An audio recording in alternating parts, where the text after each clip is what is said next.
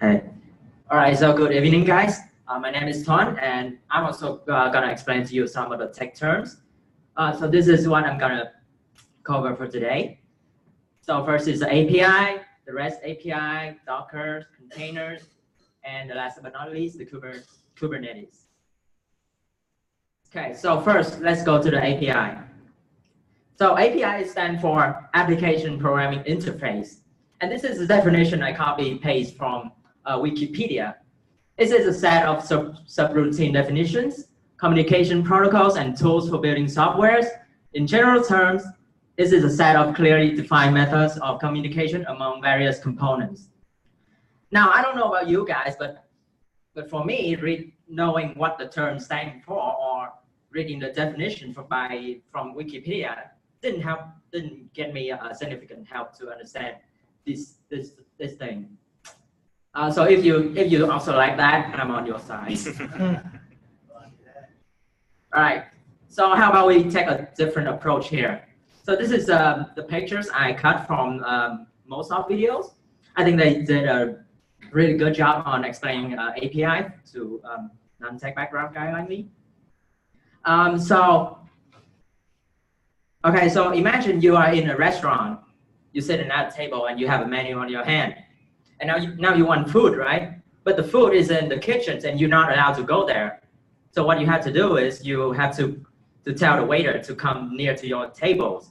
And then you make order, and then the waiter will tell the kitchens and then bring out the food that you requested. So guess what? The API is the waiter is the APIs. Oops. Yeah, so API. So API is, in a simpler sentence, it means API take request and tell the system what the client, which is you, the customer, want to do, then return the response back to them. Another one is API allow piece of software to talk to another piece of software. So API is the join between software components. Okay, so let's go with a real life example here. So I'm pretty sure you guys know that you guys can use your Facebook account to log into many different pages, right? So in order for that to happen, Facebook create API that allow you to log into your Facebook account. So every time you click on the login with Facebook on this website, like Instagram or Quora or Pinterest, this application will call to Facebook API. And so the identifications and all that stuff will be done by Facebook. So all these sites don't need to be involved. And so after authentication complete, the Facebook send back to this website the information like your Facebook name, your profile pictures, and etc. Okay. So now let's move on to the REST or RESTful API. So first, what does it stand for? Again, representational state transfers. Second, does that make you understand the things? No. So now I have learned my lesson here. I'm not going to put the dictionary definition onto the slide, but rather just simple sentence that's in human language. So REST is an architectural style or design patterns for APIs. RESTful APIs is the API that follows set of rules in REST specifications.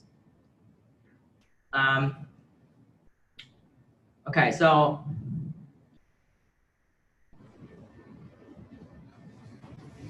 yeah, so RESTful API operate using the same instruction as HTTP, and as some of you guys may recognize some of these the command here. So post is to create, get is to read, put is to update, and delete is delete. So like I say, in order for an API to be RESTful, it needs to adhere some of the constraints that I mentioned before. So here are these constraints. So first we have uniform interface. This is like one of the most important features of the REST systems. So that what that means is create a standard conventions for communication between component of the system. So by doing this, you actually simplify the client ability to interact with the softwares. And the second, we have client and server separations. And what does this mean is that the client and the server act independently. So the only interaction between them is that when there is a user make a request, and then the server will return a response as a reaction to that request. Number 3 is stateless. This can just be understood simply as never as a server and client do not save each other's states. Layer system means so usually we have the client and the server, right? But between them we can have multiple layers, like these servers, multiple servers. So these server can be responsible for security or caches or any other functionalities. And of course, cacheables. So sometimes you want to respond, can be able to retrieve from caches. And so that will reduce the processing request because you avoid to request the same data again and again. So the client will receive the information faster. Just now you go to any developer interview, if you don't know basic from API definition and concept, you have to try. This is the kind of started in 2005. 2000 is Microsoft started Soul and competed with this guy with the game. So now everywhere you are using this one. When you are developing your web, you recognize a lot of framework they are using. They are storing less for web service. So go ahead.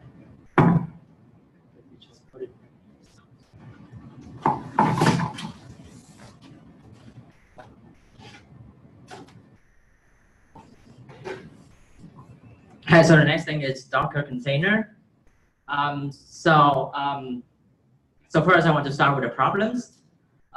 Imagine one day you are assigned to a new project, and then you feel very excited and you want to start coding immediately, but then you open the readme.md files and then you see there's a bunch of requirement or installation requirements or dependency that you need to install, like Ruby or Rails or MySQL or something before going to write your code. So guess what? You need to now you start to setting up those things, and you see this is royal pain because this can cause error to your system. It can mess up with your system somehow. So that is when Docker. Wait, sorry. So that is when Docker and container come in. All right, so I think one of the good way to explain to you about Docker or containers is that to compare it with virtual machines. And I think most of you guys are familiar with virtual machines. So what I have here is a comparison I took from these videos. So let's shift our attention to the pictures to the left side right here. So infrastructure is basically your device, your laptops. And of course, your laptop has a certain operating system like Mac OS or Windows OS. And then hypervisor is the software that create the virtual machines. So some of the example is that Oracle VirtualBox or VMware. Okay, and then these guest OS is your virtual machines. And each of the guest OS will have these binaries and libraries. So this thing is basically the dependency and installation that I mentioned to you before, like the Ruby, Rails, and MySQL stuff. And of course, last but not least, your applications. So if you look at the container here, you see that they don't have the guest OS part. And that's good because if you have the guest OS part here, that means when you open the virtual machine, even though you do absolutely nothing, you still need to spend it. You still need to provide some CPU and some RAM. So that is actually a waste. Okay, so and also there's one a unique component there is Docker daemon. So the Docker daemon communicates directly with the host OS and know how to ration out the resource for Docker containers. And so in other words, resource will only be granted when they need, and the amount of resource granted will be depend on how much you need it. So that means there is no waste here. So some of the advantage of the containers is that the virtual machines usually when you boot it up it takes several minutes to start, but with the container it starts like in milliseconds. In virtual machine is an isolated system. You see each of these is isolated, is a system. So that means a lot of resource need to put into it. Whereas this is just isolated application, less resource. Yeah, waste resource and save resource.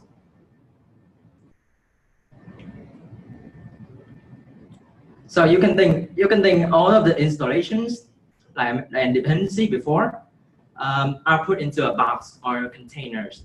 So your application runs in those boxes only. So it's in those boxes, it has everything that your application needs in order to run and it's not affect from the outside, and the outside is not affect to what inside the box. So therefore, when you run or build an app, you don't have to download all of these installations to your local server, but you just need to find a suitable container and then build your app into that environment. So one of the analogies here is that virtual machine is like a house, and container is like apartments. So for example, if you only need a place to sleep, right? If you buy a house, if you rent a house, then you're gonna end up waste resource, because a house usually have kitchens and a place to sleep and of course a kitchen, bedroom, living areas. Whereas an apartment, you can pick the size. You can rent from just a small single bedroom to a whole apartment, a whole penthouse. So meaning you will spend your money more effectively if you choose the apartment. Okay. Yeah. So is container basically a remote environment for the app to run? So. Yeah. So it's so the question is container is what? A remote environment to run the app in. Remote environment to run the apps. Yeah. I don't think it's remote, right? Yeah. Not necessarily. You can run container in your own laptop, or if you use AWS container service, that will be remote. Yeah, because with the containers, they have like libraries that I forgot the names. That you can also download the Docker image from the website and then to your local machine, and then from that from the Docker image you can build the container and then run your apps in it. So Docker has. So it is an environment. Yeah. Yeah. What is the difference between container and pod? That's I don't know. Platform as a service. Platform as a service, you have to select an individual one. But here, container, you don't have to. Container is more like actually like infrastructure as a service. You just give your whole infrastructure you like. It's more like that. More like. Docker means a container, am I correct? Docker means a container. Docker is the software can use a container.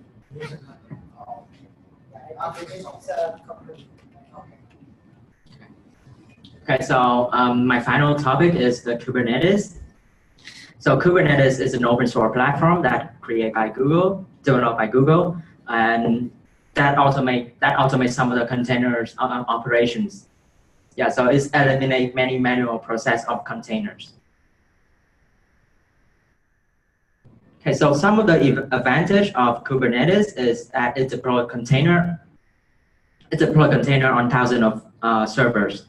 is expanding your application or shrinking down, depending on your needs. So talking about the, like I said before, you manage your resource, you use the resource as much as you need it. So with the Kubernetes, you'll be able to set that to your containers. And also ultimately load among containers running the same applications and check status of the containers. And so, and I think to this point, I think you guys know that I like to use analogies and metaphors because that is like the only way for non-tech background guys like me to understand all these fancy terms. So my analogy is for Kubernetes is an orchestra. Kubernetes is they actually have a different name is called Kubernetes orchestrations, and that is exactly the perfect analogy. So imagine these musicians has different roles, like they have different instruments and stuff. So that is your containers. But then it will be very hard for you to manage all these musicians. Now you only need to manage this conductor guy, and the conductor guy will manage the whole orchestra for you. So the conductor will be the Kubernetes in this case. And yeah, so that's pretty much the end of my presentations.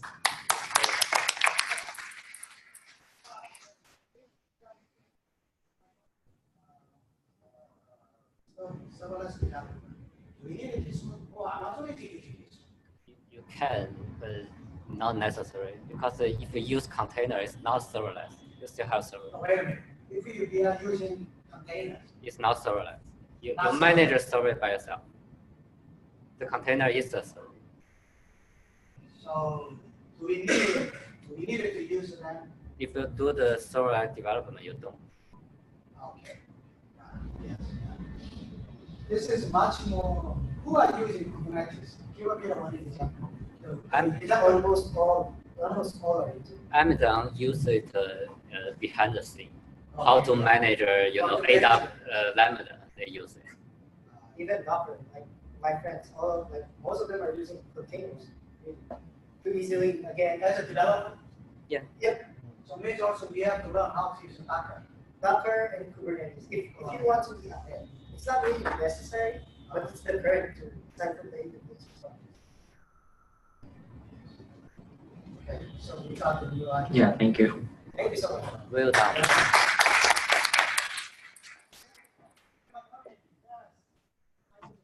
Thank you for coming, and thank you for the online people. She is here, so end user 1. Okay, thank you so much, and hope to see you next week for the T-Mobile meetup. Okay.